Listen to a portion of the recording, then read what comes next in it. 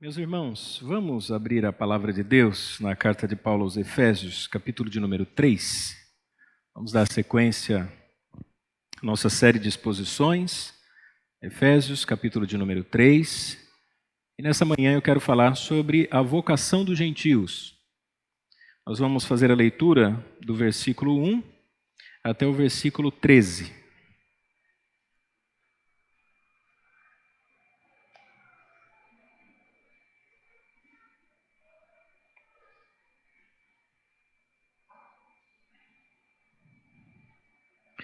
Efésios, capítulo 3, vamos fazer a leitura da palavra de Deus. Por esta causa, eu, Paulo, sou prisioneiro de Jesus Cristo por vós, os gentios, se é que tendes ouvido a dispensação da graça de Deus, que para convosco me foi dada. Como me foi este mistério manifestado pela revelação como acima, em pouco vos escrevi, pelo que quando ledes, podeis perceber a minha compreensão do mistério de Cristo, o qual noutros séculos não foi manifestado aos filhos dos homens, como agora tem sido revelado pelo Espírito aos seus santos apóstolos e profetas, a saber que os gentios são coerdeiros e de um mesmo corpo, e participantes da promessa de Cristo pelo Evangelho, do qual fui feito ministro pelo dom da graça de Deus, que me foi dado segundo a operação do seu poder. A mim, o mínimo de todos os santos, me foi dada esta graça de anunciar entre os gentios, por meio do Evangelho, as riquezas incompreensíveis de Cristo e demonstrar a todos qual seja a dispensação do mistério que, desde os séculos, esteve oculto em Deus que tudo criou, para que agora, pela Igreja, a multiforme sabedoria de Deus seja conhecida dos principados e potestades nos céus, segundo o eterno propósito que fez em Cristo Jesus nosso Senhor, no qual temos ousadia e acesso com confiança pela nossa fé nele. Portanto, vos peço que não desfaleçais nas minhas tribulações por vós, que são a vossa glória. Vamos orar mais uma vez? Soberano Deus, nós agradecemos ao Senhor por mais uma oportunidade de ouvirmos a Tua palavra e eu peço que o Senhor me use como instrumento nas Suas mãos para instruir a Tua igreja, para orientar o Teu povo segundo a Tua santa e bendita palavra. Em nome de Jesus eu oro. Amém. Queridos irmãos, o apóstolo Paulo, dando continuidade à sua carta, agora no capítulo 3, parece-nos que ele vai fazer uma interrupção no assunto que ele vem tratando. Nós chamamos isso de digressão, né? Quando você está falando sobre alguma coisa e você parece que foge um pouquinho do assunto, mas na verdade é para que aquela pessoa que está te ouvindo tenha uma compreensão melhor do assunto que você está tratando. Você já deve ter vivido essa experiência, né? Você começa falando uma coisa, daqui a pouco você fala sobre outra coisa e aí você retorna àquele assunto inicial. O que é que o apóstolo Paulo está fazendo aqui? Ele está interrompendo aquilo que ele já vem tratando. Ele falou sobre a salvação pela graça de Deus e como Deus incluiu os gentios no plano de salvação, que judeus e gentios são um único povo unidos agora em Cristo Jesus. E agora o apóstolo Paulo, ele vai nos lembrar o que ele disse lá no capítulo 1, o primeiro versículo. Você lembra como é que ele se apresenta à igreja? Ele diz que ele é apóstolo de Jesus Cristo pela vontade de Deus. Depois de ensinar outros assuntos, Paulo volta ao início da sua carta e ele então começa a explicar sobre o seu chamado. Esse afastamento pretendido por Paulo aqui do assunto principal tem três fases diferentes. Vejam, primeiro ele vai falar sobre o mistério de Deus em Cristo, que é a inclusão dos gentios. Nós fomos incluídos no plano de salvação, mas os primeiros hebreus que receberam essa mensagem não entendiam claramente como é que Deus ia salvar um povo que não era judeu. E Paulo então diz que esse mistério de Deus, de incluir os gentios na salvação, foi revelado a ele. Por quê? Porque ele é um apóstolo chamado para pregar aos gentios. Por isso ele se apresentou no capítulo 1, dizendo: Paulo, apóstolo de Jesus Cristo, pela vontade de Deus. Então o que é que Paulo vai fazer agora? Nós precisamos lembrar, os irmãos estão um pouco desanimados, abatidos, porque o apóstolo Paulo está preso, provavelmente em Roma, numa prisão domiciliar.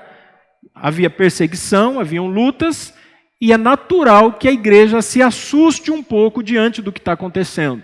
E Paulo escreve a sua carta não somente à igreja de Éfeso, mas a todas aquelas cidades da circunvizinhança onde aquela carta chegasse, para que as pessoas entendessem qual o propósito de Deus na sua prisão.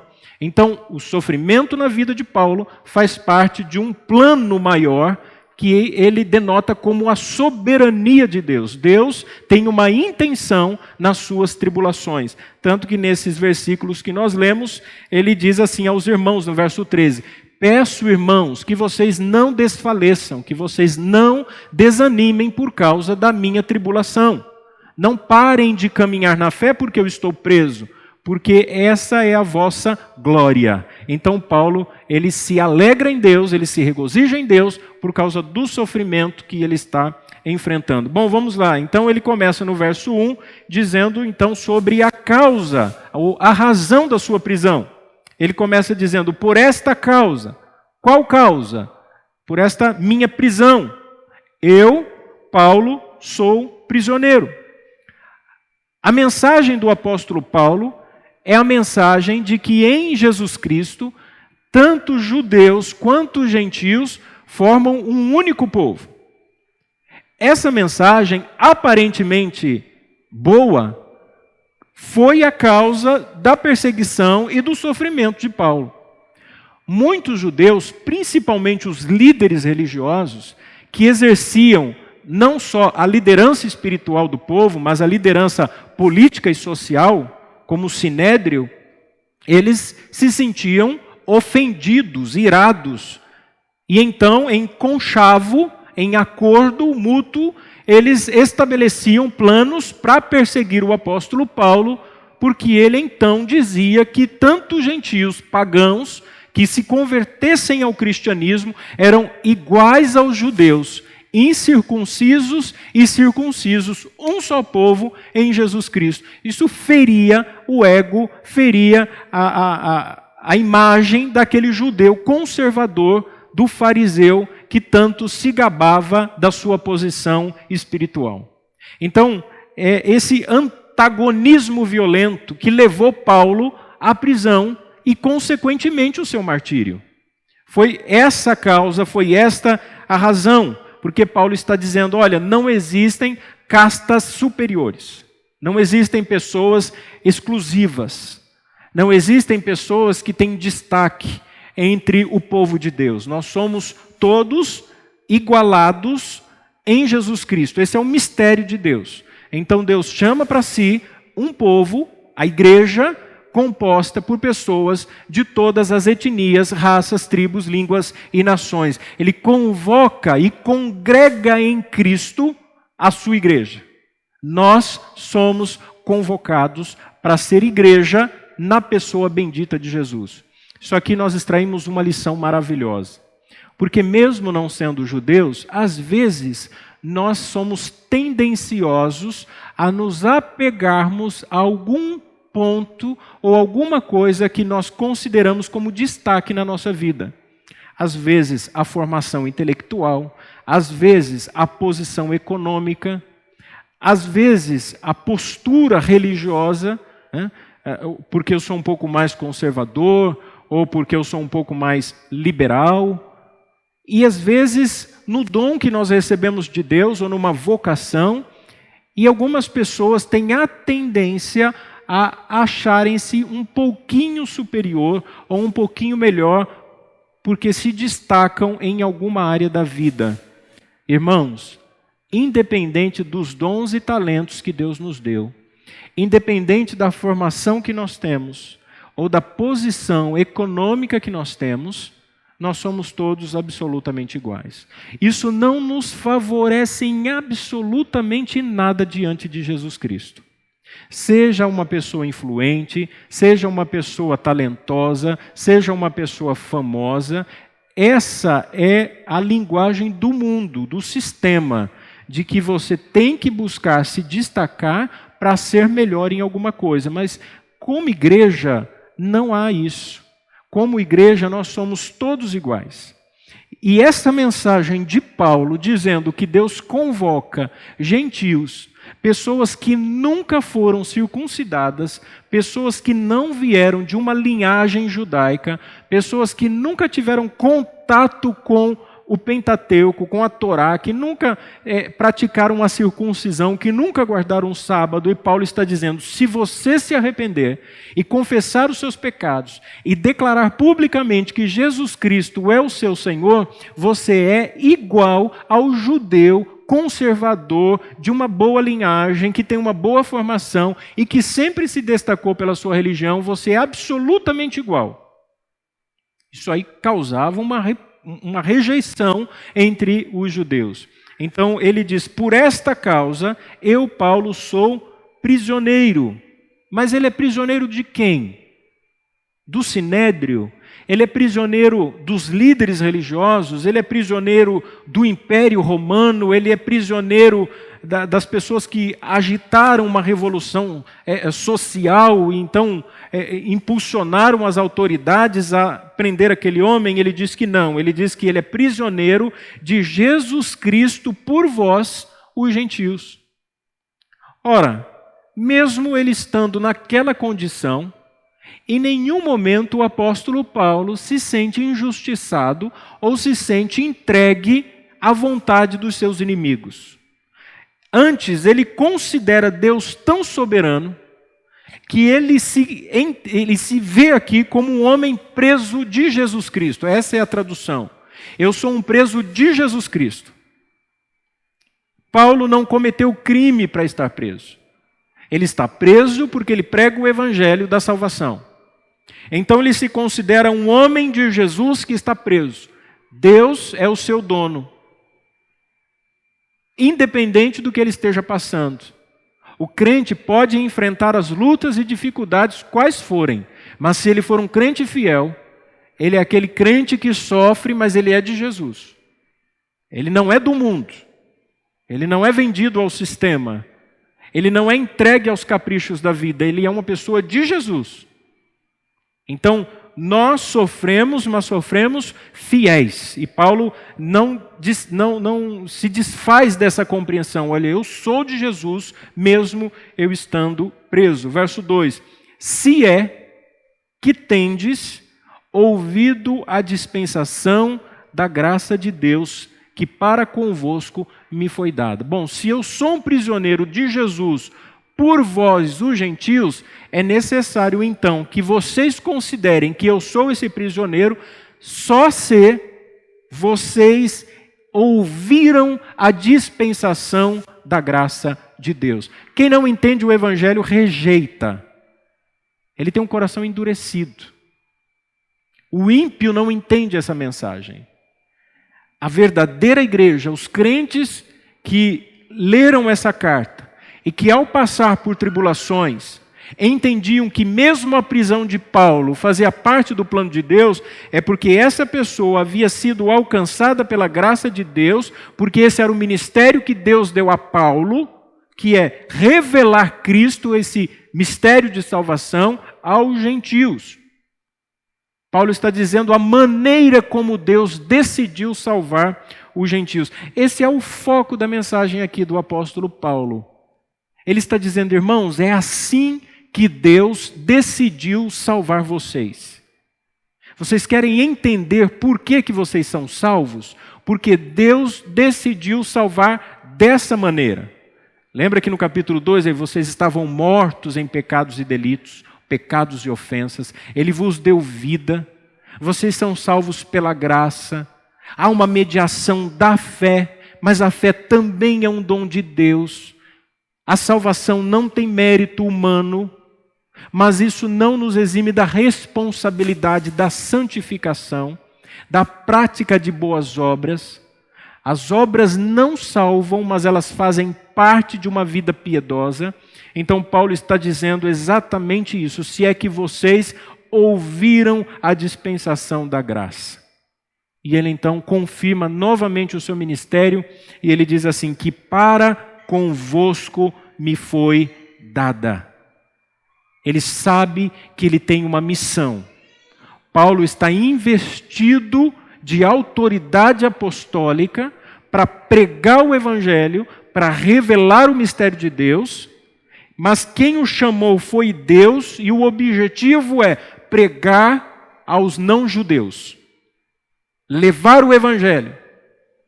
Essa é a missão que me foi dada, que para convosco, com quem? Com os gentios, me foi dada. Essa é uma comissão, uma responsabilidade, porque o conteúdo desse mistério, Deus revelou ao apóstolo Paulo. Agora, meus irmãos, acompanhem comigo, por gentileza, o versículo 3 e o versículo 4.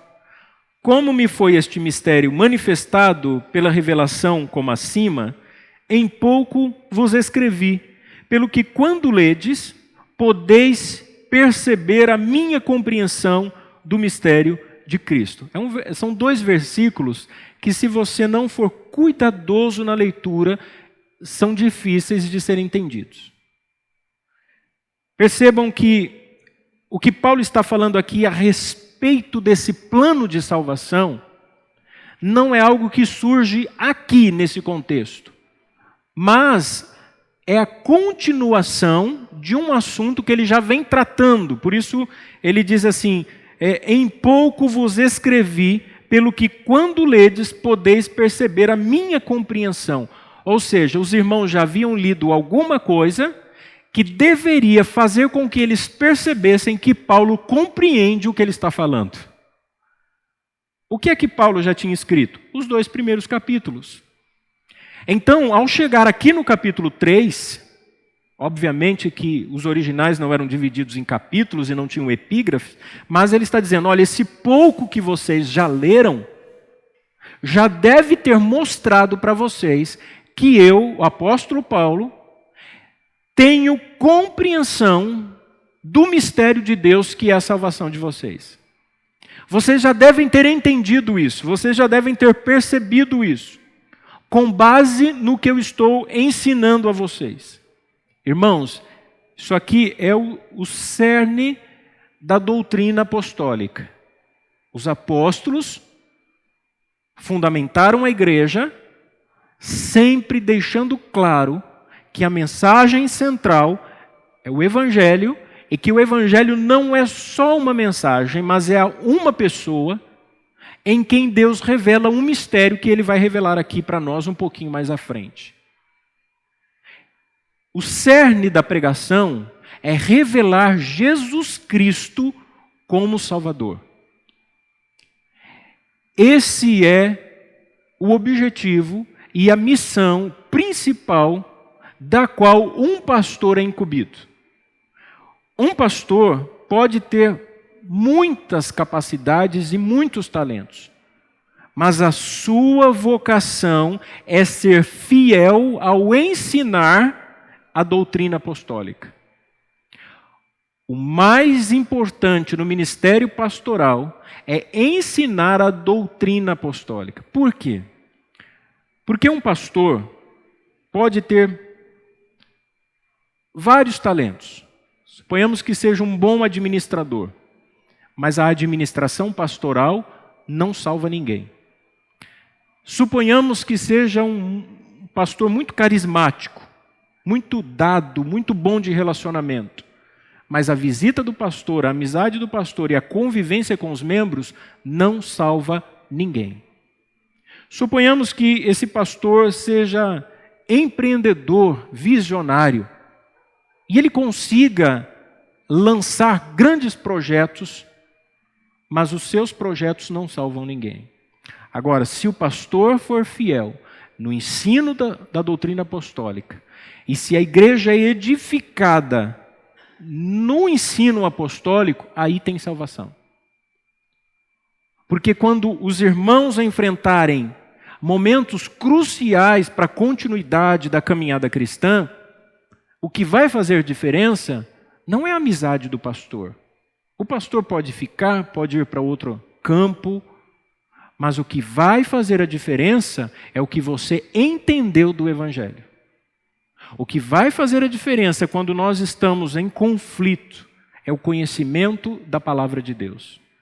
Quando nós enfrentamos traumas, fatalidades, perdas, luto, enfermidade, crise econômica, perseguição moral, perseguição física, quando nós somos submetidos a grandes sofrimentos, o que faz a diferença não é lembrar, nossa, como o meu pastor era legal, ou como o meu pastor era administrador, ou como o meu pastor falava bem, ou como o meu pastor isso ou aquilo, mas o meu pastor me ensinou a doutrina e é nela que eu preciso crer. O pastor pode até cometer pecado e abandonar o ministério, mas quem está firmado na doutrina, ele não deixa os caminhos de Cristo porque o pastor desanimou. Ontem o pastor Osmar, ministrando sobre a vocação pastoral, falou de uma estatística americana que apontava o número de 50 pastores por dia abandonando o ministério. Então dá 1.500 pastores no mês nos Estados Unidos. Eu fiquei, confesso, assustado com o número. Eu tenho visto uma mudança de posicionamento de alguns pastores. Por exemplo, os pastores mais novos, praticamente todos, além da igreja, trabalham numa empresa ou num comércio.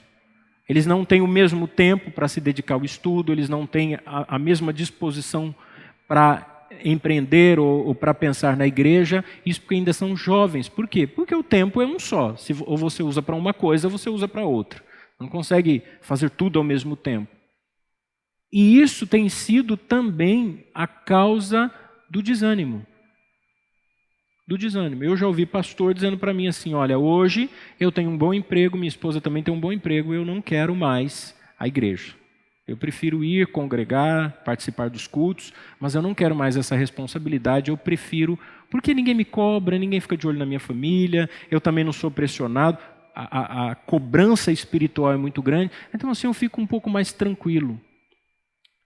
Essa é a obrigatoriedade do ministério pastoral. O pastor tem que pregar a doutrina apostólica. O verso 5, o qual, noutros séculos, não foi manifestado aos filhos dos homens. Então Paulo está dizendo assim, olha, vocês já compreenderam que Deus me revelou um mistério e que esse mistério que eu estou dizendo para vocês, que é a revelação em Jesus, não estava revelado como agora noutros séculos.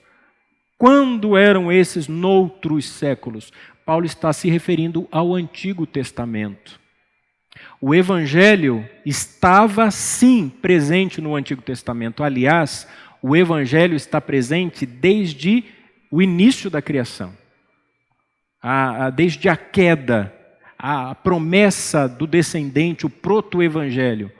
No entanto, quando você lê o Antigo Testamento, você não vê claramente, você vê promessas, você lê ali as profecias messiânicas, você vê composições de salmos que apontam para um Salvador futuro, mas você não vê claramente como é que Deus vai fazer isso. E ainda que alguém tivesse essa compreensão, o que era uma obrigação dos escribas. Lembra do encontro de Jesus com Nicodemos? Quando Jesus, João capítulo 3, quando Jesus fala para ele que é necessário nascer de novo, Nicodemos, ele é um homem conhecedor das Escrituras do Antigo Testamento. Nicodemos era um homem erudito. Ele diz assim que ele não entendeu como é possível um homem sendo já velho voltar a nascer, não vai voltar no ventre da sua mãe. E Jesus diz assim, tu és mestre em Israel e não entendes estas coisas.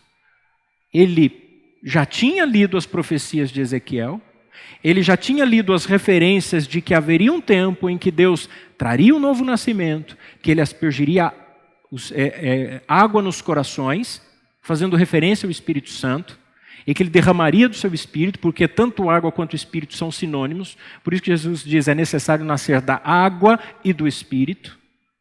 E Ele diz assim, e você não entende isso? Sabe por quê? Porque só entende aquele que nasce do alto. Nascer de cima. Não é só o intelecto. Então, o Evangelho estava sim no Antigo Testamento, mas ele não estava claro. Ele não era facilmente visto. Ele não estava em trevas, na escuridão. Era uma espécie de penumbra. É como se ele estivesse nas sombras. Ele estava oculto. Ele não estava revelado. O Evangelho no Antigo Testamento estava oculto. Os acontecimentos a partir do ministério de Jesus e Atos dos Apóstolos começa a desbravar todas essas profecias, elas vão se avançando e vai deflagrando um processo de revelação que as pessoas agora começam a entender. Esse é o mistério a que Paulo está se referindo. Essas mensagens de revelação messiânica no Antigo Testamento só são possíveis de serem entendidas agora com o Novo Testamento. Sabe como você interpreta o Antigo Testamento? Com o Novo. O Novo joga luz no Antigo Testamento. Se você só estudar o Antigo Testamento e não tiver nenhum interesse pelo Novo, você não consegue compreender. Você precisa ver o cumprimento dessas promessas. Por exemplo, a profecia de Joel, do Espírito ser derramado. Se você não ler Atos e o dia de Pentecostes, você fica, e o que isso significa? Então, quando você vai se alimentar de um determinado produto, você já deve ter percebido que no rótulo, geralmente tem aquelas letrinhas bem pequenininhas do que tem, da composição do produto e dos efeitos que ele pode lhe causar, né? Sabe aquelas letrinhas que você fala assim, meu Deus, tem tudo isso aqui no refrigerante, eu nunca imaginei. Ou no pacote de biscoito, ou no doce que você comprou e você fica impressionado. Se você não parar para olhar direitinho, você não percebe o mal que aquilo pode te causar. O Antigo Testamento também tem essa mensagem de advertência. A lei moral de Deus. Se você ler a lei moral sem a graça de Deus em Cristo, você diz assim, eu estou condenado. Isso aqui é a minha morte. Agora que eu percebi a situação difícil que eu me encontro. Porque Deus é santo, eu sou pecador, e como pecador eu não posso salvar a mim mesmo e não posso cumprir a lei de Deus. Então, eu não sei o que eu faço. Você vai para o Novo Testamento, esse mistério de Deus em Jesus, aí você entende e você percebe como é que Deus estabeleceu o plano de salvação. Aí no verso 5 ele continua, como agora, neste momento, tem sido revelado pelo Espírito aos santos apóstolos e profetas. Paulo está dizendo, irmãos, hoje, neste momento em que eu escrevo para vocês, a minha carta é uma revelação. Eu sou apóstolo de Jesus Cristo, segundo a vontade de Deus. A dispensação da graça é a manifestação do reino de Deus. Eu estou revelando isso a vocês. Uma revelação plena, decisiva, de que Deus realizou em Cristo o meio de salvação que vocês precisavam. Então, em Jesus Cristo é que nós somos salvos. Ele diz que Deus revelou isso aos santos apóstolos e profetas. Mais do que duas categorias, isso aqui pode fazer menção a um apóstolo também desempenhando um papel profético. O apóstolo Paulo, quando traz uma revelação, é um ministério profético. Ele está revelando essa vontade de Deus. Esse era o papel dos profetas no Antigo Testamento. Os apóstolos são naturalmente substitutos dos profetas. Se você lê o Apocalipse da nova cidade, ela está fundamentada no ensino dos apóstolos e dos profetas, Antigo e Novo Testamento. O fundamento dessa nova cidade é a própria palavra de Deus. E ele está dizendo que Deus deu essa revelação.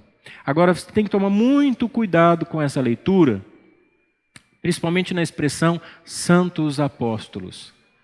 Porque a palavra grega aqui usada para santos é uma palavra que significa alguém separado para um uso em particular. Não são os apóstolos que tem por aí. Mas também não dá vazão para a interpretação da Igreja Católica, que usa essa referência para a canonização dos santos, dizendo que em algumas pessoas Deus chamou de maneira particular para um propósito, portanto, daí se oriunda os santos da Igreja. A menção de Paulo aqui é de alguém como receptor de uma mensagem específica. E isso não existe mais. Se alguém aparecer aqui na igreja dizendo assim, olha, eu quero uma oportunidade porque eu tenho uma nova revelação, seja anátema, seja condenado. Nós não aceitamos. A palavra de Deus, ela é nova para nós no sentido de que nós nos apropriamos dela e nós a aplicamos às realidades da nossa existência. Mas ela não é nova no sentido de que é uma outra revelação. É a mesma antiga e velha palavra de Deus, renovando-se na nossa vida a cada leitura, a cada momento, a cada experiência que nós vamos vivendo. Por isso que o apóstolo Paulo, ele parece que ele tem um certo cuidado aqui, né? No verso 8, ele vai dizer que ele é o menor de todos os apóstolos. Ele é o mais pequenininho. Tem uma versão que diz assim, o mínimo deles. Você já imaginou?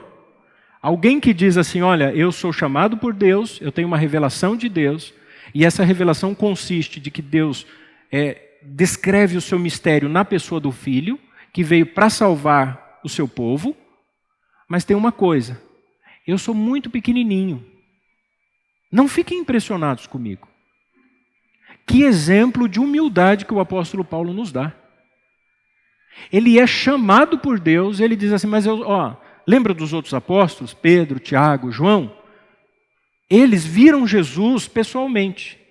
Eles foram testemunhas ocular do que Jesus fez. Eu não, eu sou o menorzinho. Eu sou o apóstolo entre os gentios. Se comparado a eles, eu sou bem pequenininho. Uma grande lição de humildade, lição de reconhecimento da sua posição, preocupado talvez para que nenhum tipo de admiração ou respeito exagerado fosse alimentado com relação à sua pessoa. Paulo já deixa bem claro, olha, não há exclusividade. Nem mesmo Paulo é melhor do que os demais irmãos. Ele não se considera. Se Paulo estivesse aqui entre nós, ele não ia chegar para nós e assim, olha, me respeita que eu sou apóstolo. Ao contrário, na igreja de Corinto até questionaram, falaram, escreve muito bem, suas cartas são veementes, são fortes, mas de presença não é lá essas coisas. Que situação, irmãos.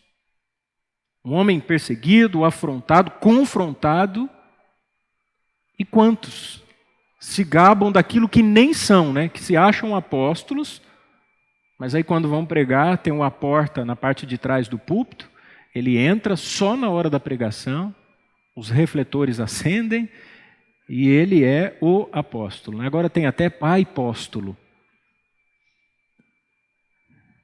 Nós ficamos, às vezes, coagidos diante de uma pessoa muito conhecida, não é? Parece que causa uma espécie de constrangimento. Eu lembro o dia que nós fomos no Seminário Presbiteriano do Sul, no lançamento do livro do reverendo Augustus Nicodemos. O livro Livres em Cristo, uma exposição da carta de Paulo aos Gálatas. Tinha muita gente no auditório. Tinha o pessoal da editora Vida Nova, tinha os medalhão da igreja, né, os reverendos da IPB. E quando o reverendo Augustus vai pregar, eu não sei por que razão, o diretor do seminário diz assim: Reverendo Luiz Brito, da Igreja Presbiteriana Renovada, vem aqui à frente orar pelo Nicodemos. Eu falei, meu Deus do céu. Quando eu brinco com os irmãos, e que o pessoal que gosta do Nicodemos fala assim, cuidado que eu já orei por ele. Um homem quase 2 metros de altura, com uma barba branca, parecendo o Papai Noel. Eu vou falar porque ele não vai assistir no YouTube mesmo. Ele do meu lado, eu falei, será que eu coloco a mão na cabeça dele, né? Mas a gente se sente um pouquinho assim constrangido. O reverendo Eber pregou aqui, nós fomos numa pizzaria e a pizzaria estava lotada. Lembra?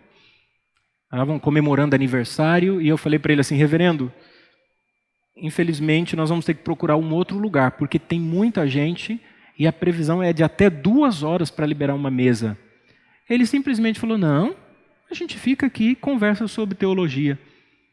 E ele conversava e dizia assim, olha, eu tenho alunos de filosofia no mestrado do Andrew Jumper. Então você imagina, o camarada dá aula para quem vai virar mestre. Ele é professor e ele diz assim, e tem alunos que têm mais conhecimento do que eu que leciono. Agora, eu não me preocupo com isso, porque nós aqui, que estamos no mesmo nível da teologia, eu falei assim, olha que jeito bacana de se igualar, né? Ele não esperou ninguém dizer assim, olha, eu sou como você, ele se rebaixou. E Paulo parece estar fazendo mais ou menos isso aqui, irmãos. Eu sou pequeno, eu sou o mínimo, não fiquem admirados com isso, não fiquem impressionados com isso. E é uma grande lição para nós, né? Nós nos limitarmos a fazer aquilo que Deus nos chamou para fazer. Então, irmãos, Paulo agora no verso 6, ele vai nos dar 3 importantes explicações a respeito da igreja nesse plano de Deus, né? Nessa inclusão. Primeiro, ele vai dizer que os gentios, nós, somos co-herdeiros com os judeus. Então nós somos irmãos mesmo, né? Se a herança que cabe aos judeus também cabe a nós, então nós somos co-herdeiros, nós vamos herdar as mesmas bênçãos prometidas aos judeus. A segunda lição é que todos nós, todos os gentios, fazemos parte de um mesmo corpo com os judeus. A igreja é um corpo, ele já ensinou isso. Então nós todos fazemos parte de um mesmo corpo. A terceira lição é que os gentios são participantes da promessa de Cristo pelo Evangelho. Então, nós também participamos das mesmas promessas contidas no Antigo Testamento. Vocês perceberam o que Paulo fez aqui? Gentios são co-herdeiros com os judeus, os gentios fazem parte do mesmo corpo e os gentios são participantes das promessas.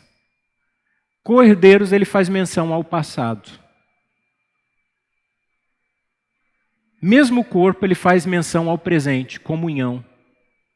Porque co-herdeiros, herança, passado. Fazer parte do mesmo corpo, comunhão, presente. Participantes da promessa, esperança, futuro. Paulo está dizendo, sempre foi o propósito de Deus, desde o passado, como é no presente e continuará no futuro, incluir os gentios na salvação. Judeu não é melhor.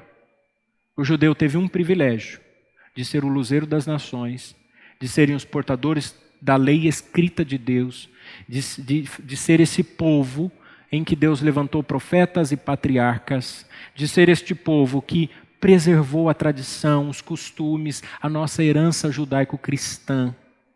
Os valores ocidentais que nós temos são herança desse povo, da preservação, da história, da tradição. Um pai judeu, ele tinha grandes responsabilidades. Ele tinha a responsabilidade de ensinar o filho a conhecer a lei de Deus. Ele tinha a responsabilidade de ensinar o filho a, quando homem adulto, cuidar da sua própria família. Ele tinha a responsabilidade, quando um filho homem, ensinar uma profissão, os valores da masculinidade, da hombridade. O patriarcalismo tão atacado pelo pensamento progressista e pelos valores da esquerda, ou movimentos que surgem dissidentes disso, do gramscismo, do feminismo, do machismo, ideologias criadas para desconstruir os pilares que estruturam a família.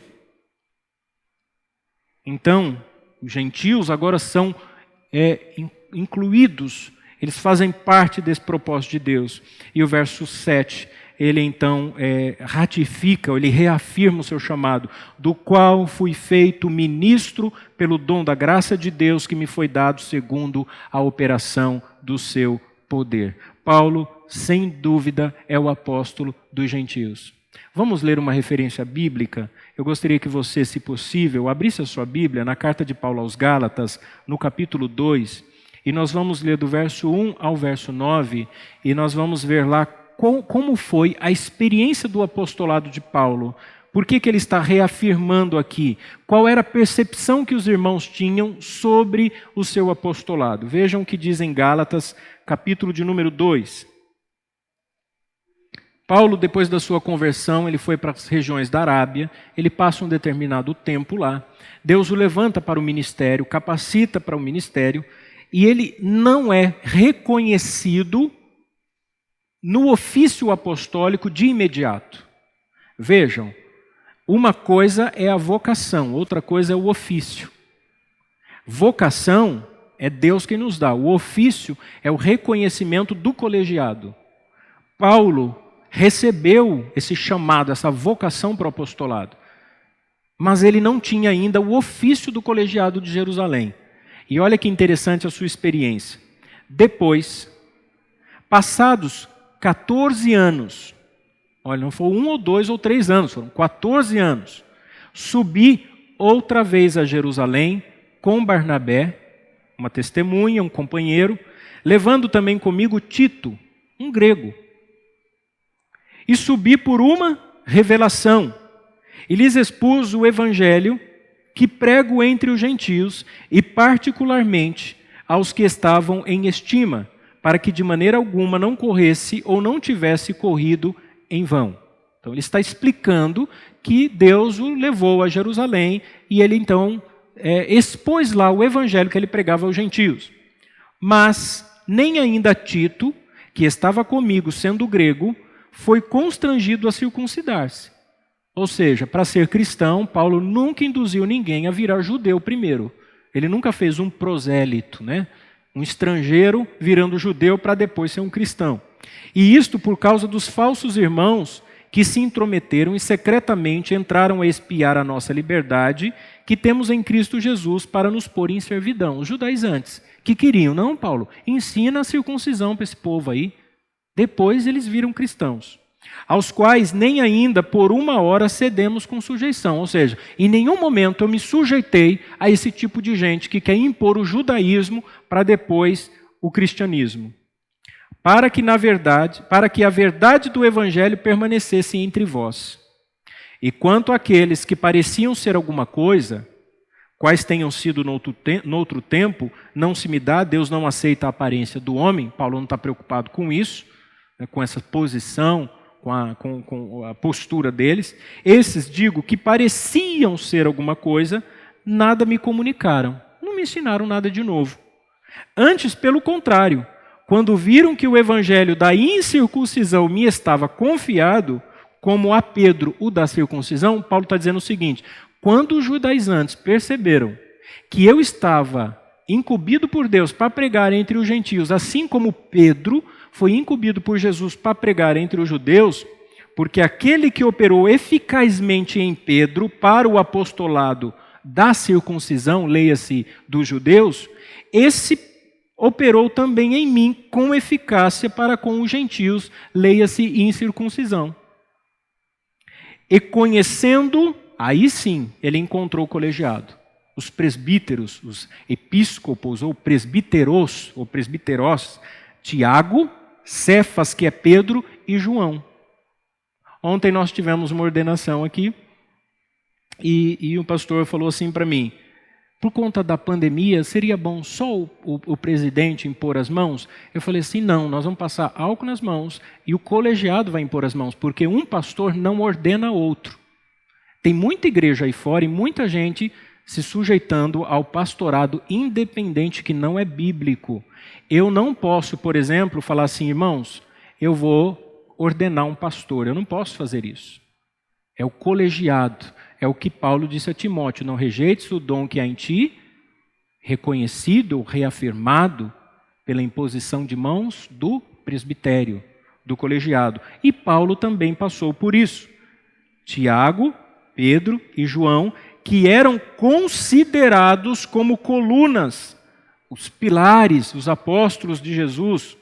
A graça que me havia sido dada, olha o que eles fizeram, deram-nos as destras, em comunhão comigo e com Barnabé, para que nós fôssemos aos gentios e eles à circuncisão. Então Paulo está dizendo aos irmãos, eu sou apóstolo chamado por Deus, e o colegiado reconheceu isso. Os apóstolos de Jesus reconheceram isso, e eu prego aos gentios. Segunda parte, irmãos, do verso 8 ao 12, e eu vou ser um pouco mais rápido aqui, Paulo fala sobre a graça extraordinária de Deus, né, para o seu apostolado entre os gentios. Ao verso 8, me foi dada esta graça de anunciar entre os gentios, por meio do evangelho, as riquezas incompreensíveis de Cristo. Paulo, que se considera o menor dos apóstolos, porque foi perseguidor da igreja, ele está dizendo o seguinte, olha, a graça que me foi dada, me foi dada para anunciar, por meio do evangelho, essa salvação. É como se ele estivesse dizendo assim, olha, eu estou lançando luz para vocês entenderem. Eu estou explicando para vocês. Quando os irmãos fossem ler a carta do apóstolo Paulo, eles deveriam... Vocês já viram aquele meme? Acho que no WhatsApp tem sempre do robozinho, é Bender o nome dele. Ele fala assim, agora eu entendi, agora tudo faz sentido, agora todas as peças se encaixam. Você já viu esse meme? Quando você leu o Evangelho e Deus iluminou a sua mente, você começou a entender o Antigo Testamento, você fez igual ele. Agora eu entendi, agora todas as peças se encaixam, não é assim? Quantas pessoas que mesmo depois da conversão, mesmo depois da confissão pública da sua fé, mesmo já congregando, participando dos sacramentos, não têm ainda uma compreensão clara do que é o plano da salvação. Há crentes que não sabem explicar com minúcias, assim, com detalhes, a ordo salutis, né, a ordem da salvação. Tem gente que não sabe. E seria interessante nós nos dedicarmos e aprendermos. 1 Pedro 3,15. Estais, pois, preparados para responder com mansidão e temor a qualquer um que pedir a razão da esperança que é em vós. Então, nós precisamos compreender. Verso 9. E demonstrar a todos qual seja a dispensação do mistério, que desde os séculos esteve oculto em Deus que tudo criou. Então ele está reafirmando, olha, essa mensagem da salvação estava oculto no Antigo Testamento, mas na verdade sempre fez parte dos propósitos eternos de Deus. A salvação dos gentios não é uma segunda tentativa. Eu já ouvi pessoas dizendo isso, olha, Deus queria salvar os judeus. Se os judeus tivessem aceitado a Jesus Cristo, pronto, já tinha resolvido tudo, mas eles não aceitaram, eles rejeitaram, aí então ele decidiu salvar todos aqueles que nele crê. Não, irmãos, a rejeição dos judeus, Paulo diz isso aos romanos, faz parte desse propósito de Deus. Ele escreve aos romanos também falando que Deus deu-lhe a revelação desse mistério, a rejeição temporária dos judeus, para enxertar o ramo na oliveira, não é assim? Nós somos essa oliveira brava. Nós não fazemos parte desse desenvolvimento do Antigo Testamento. Eu citei na pregação anterior, ninguém aqui é circuncidado, ninguém aqui aprendeu a guardar a Torá, ninguém aqui vem de família judaica, então isso tudo é muito novo para nós, essa revelação. Agora tudo faz sentido, né? Agora eu começo a compreender. E Paulo nos ensina muito bem isso. Verso 10 e 11. Para que agora, pela igreja, a multiforme sabedoria de Deus seja conhecida dos principados e potestades nos céus, segundo o eterno propósito que fez em Cristo Jesus, nosso Senhor. O propósito da oração paulina e do ensino paulino é que a igreja seja edificada. Quando a igreja cresce espiritualmente, quando ela é edificada, Paulo diz que ela então revela a multiforme sabedoria de Deus. Essa palavra multiforme no original é como se fosse multicolorida. A multicolorida é sabedoria de Deus. Veja os acontecimentos da história. A Bíblia é o registro dos atos salvadores de Deus ao longo da história. Então, quando você olha na história de maneira linear, você olha para o passado, como se você enxergasse aquele horizonte de acontecimentos. Você já teve essa experiência de olhar para o horizonte e você vê assim, tudo retinho? Se nós pudéssemos olhar para a história dessa maneira, nós enxergaríamos essa imagem de uma peça teatral. João Calvino tem uma expressão muito linda, ele diz que a igreja é o palco, a história é o palco onde Deus desfila com a sua glória. É como se você olhasse essa multicolorida sabedoria de Deus sendo apresentada em vários acontecimentos.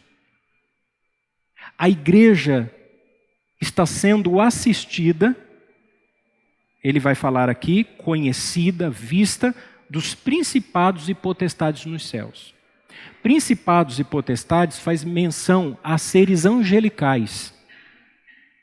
Os anjos estão assistindo essa multicolorida sabedoria de Deus como um palco onde Deus está desfilando, porque os anjos não fazem parte do plano de redenção.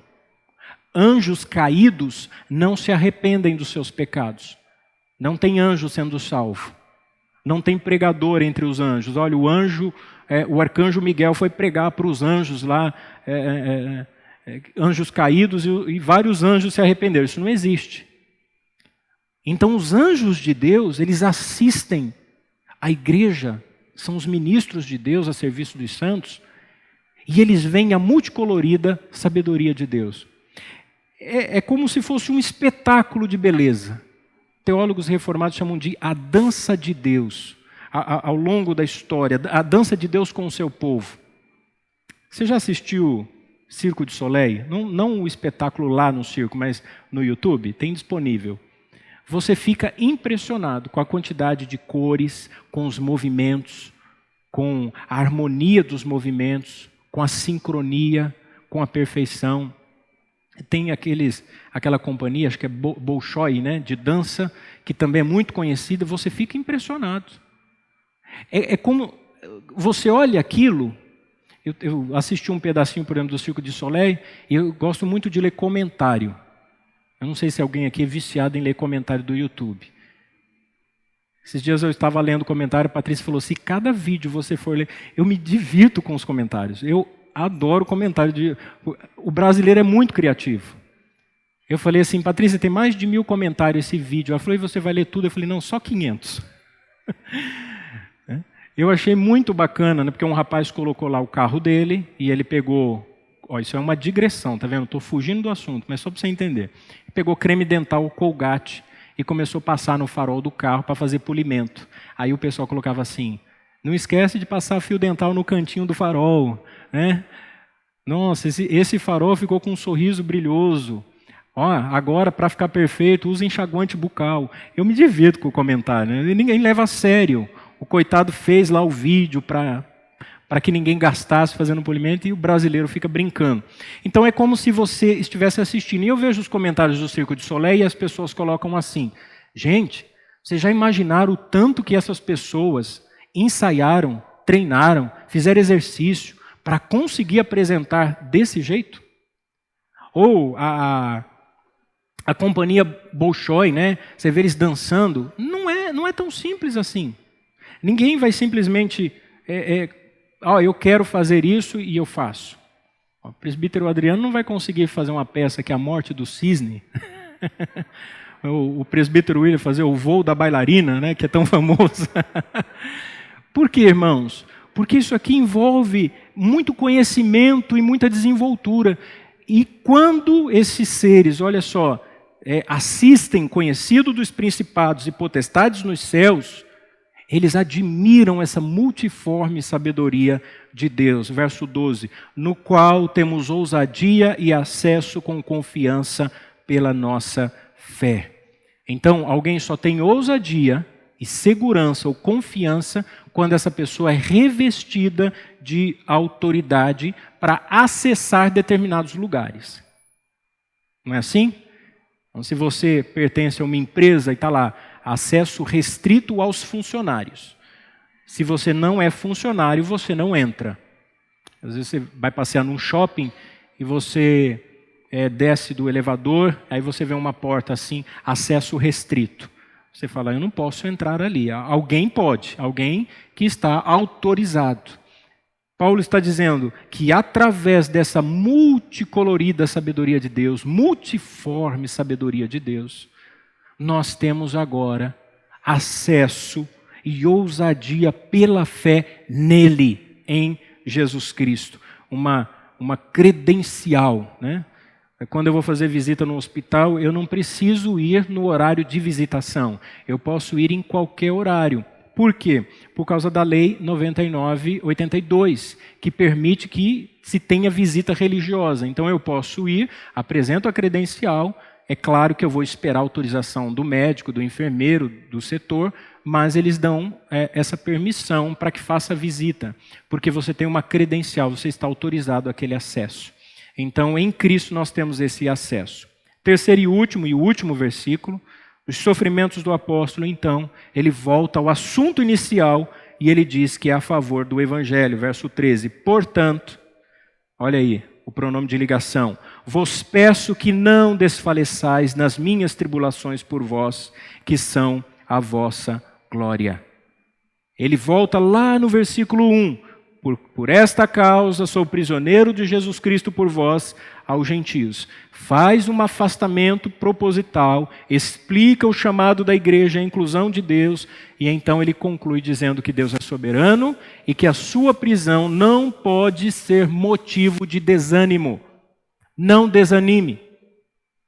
Irmãos, não desfaleçam na fé por causa da minha prisão. Não parem a caminhada por minha causa. Por que, Paulo? Por que eu não vou desanimar se você que é apóstolo está preso, daqui a pouco vão decapitar você, vão cortar a sua cabeça. E a gente, vai acontecer o quê? Você já imaginou? Irmãos, eu não vou no culto amanhã. Por quê? Porque prenderam o pastor. Prenderam aquele que ensinava a Bíblia lá. Estou sabendo que daqui a pouco vão decapitar. Os irmãos desanimam. E ele está dizendo, não desanimem. Não se desfaleçam nas minhas tribulações por vocês. É por causa de vocês que eu estou preso, mas as minhas tribulações são a vossa glória. Se regozijem, se alegrem. E eu quero concluir aqui, meus irmãos, dizendo o seguinte. Nós aprendemos com essa carta de Paulo aos Efésios que Deus sempre intencionou nos salvar. Essa é a intenção de Deus.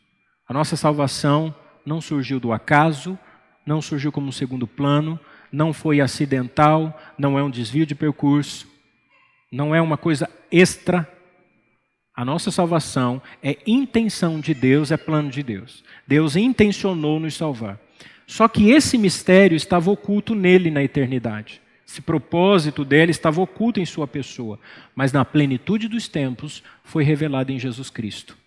Então eu olho para a cruz, né? Quando eu tomo a ceia, por exemplo, em memória de mim. A ideia ali de memória é a ideia de transporte. É como se eu estivesse sendo transportado ao Calvário, diante da cruz. Eu estou com os elementos da Eucaristia, da comunhão, e eu estou olhando para Cristo crucificado. Então eu estou lembrando dessa intenção de Deus. Deus vocacionou, Deus chamou o apóstolo Paulo para ser apóstolo entre os gentios. Então esse é o seu chamado, é uma outra lição que nós tiramos. E, enfim, tanto os sofrimentos do apóstolo glorificam a Deus, quanto os nossos sofrimentos também. Hoje existe uma pregação de um evangelho diluído, dizendo que nós não podemos sofrer, que o sofrimento não faz parte do propósito de Deus e que se você sofre é porque você não tem fé ou porque você está em pecado. Não pense dessa maneira. O sofrimento, ele faz parte do propósito de Deus. Nós aqui mencionamos alguns irmãos que vão enfrentar, que já estão enfrentando o luto. O luto é um sofrimento. E nós não podemos dizer que esses irmãos estão desobedientes ou que eles pecaram porque alguém da sua família faleceu. Isso é ridículo. Ou dizer que alguém que descobriu um diagnóstico, eu tomo remédio, eu tenho diabetes ou hipertensão, ou eu tenho um outro problema, uma outra patologia, então eu estou em pecado, como muitos ensinam, ou sob maldição. Não, os sofrimentos são como uma escola em que Deus está forjando o nosso caráter. Deus está nos ensinando e nos moldando. Portanto, não devemos então desanimar da vida de oração, nem da nossa fidelidade a Deus. Por quê? Porque nós estamos enfrentando momentos difíceis. Os irmãos estão percebendo isso. Dias difíceis estão para vir. Mas nós vamos continuar firmes, porque Deus é o nosso Senhor e Jesus Cristo é o nosso Salvador. Amém, meus irmãos?